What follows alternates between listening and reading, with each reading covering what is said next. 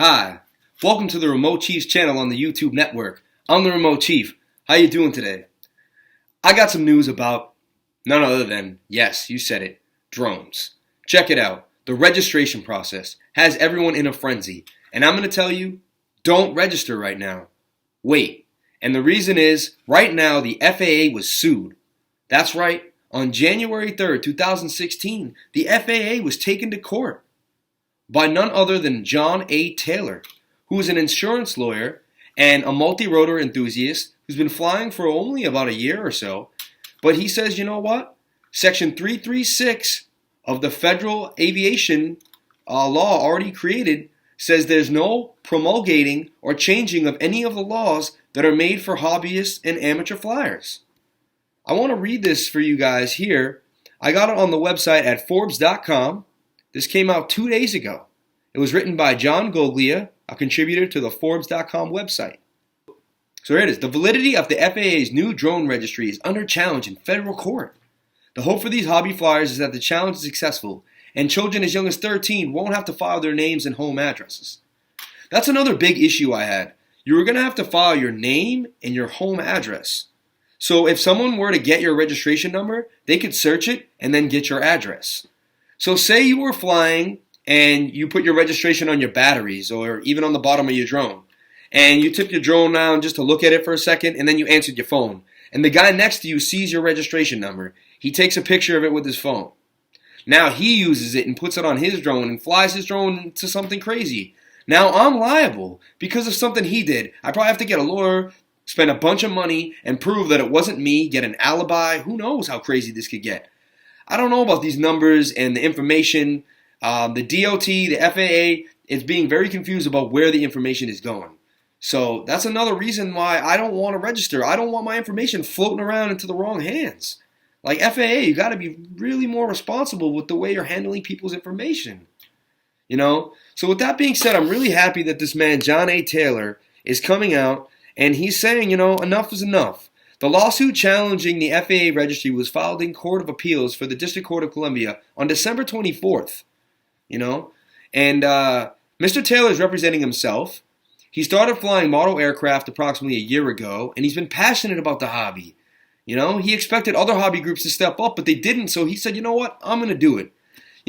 He plainly admits he has no aviation administrative law experience, but you know what? He has years of being a longtime litigator, and he knows how to go to court, and he knows how to pick through tiny bits of information to get what he needs to prove, that what is going on is basically, against the Constitution. It's wrong. Mr. Taylor is requesting that the court issue an order declaring the FAA registration rule is void and prohibited by Section 336 of the FAA Modernization and Reform Act of 2012.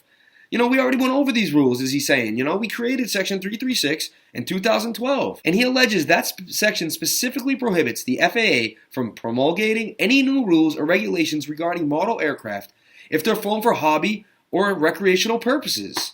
So it's already been written right there. Like, I don't know why the law is trying to be changed, And somewhat surprising, the AMA hasn't done something as big as John Taylor, but they have told all of their 180,000 model aircraft enthusiasts not to register, And everyone is holding back right now because this is becoming a huge thing. And we don't know what's going to happen. Is the FAA giving our information away? What's going on? There's just been not enough transparency to the people that are just want to fly and do the right thing. Like, we're trying to do the right thing, and there's so much nonsense going on right now in this controversy. Mr. Taylor even requested an emergency stay of the FAA's registration requirement while the case winds its way through the legal process. But, they didn't want to say that.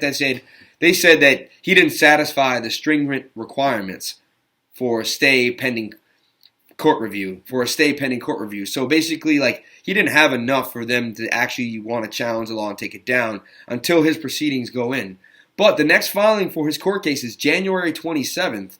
So at that point, the FAA will have to present and they will be challenged in court. And we're going to find out if this law is going to stick or not.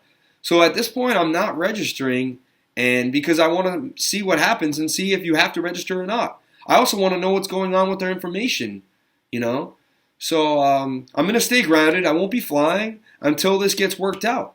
and things get figured out. So that's it. You're here with the chief, and I just want to keep you guys updated with the new rules and what's going on. Someone has taken their time, their money, and their knowledge, and they've taken the FAA to court over this ruling. Please feel free to comment, like, and subscribe. I want my channel to be a place where you can get all your information. It's all here for you. If you're a drone enthusiast, that's my specialty, but I also have many other things that we're doing.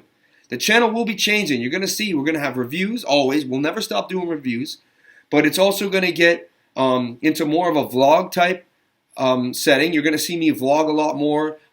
Days where I'm going places, you're going to see that. So stay tuned as the channel changes and look out for more information about the drones and what the FAA is going to do. Thank you so much. Feel free to comment, like, and subscribe. And don't forget, the chief abides, my friends. Peace.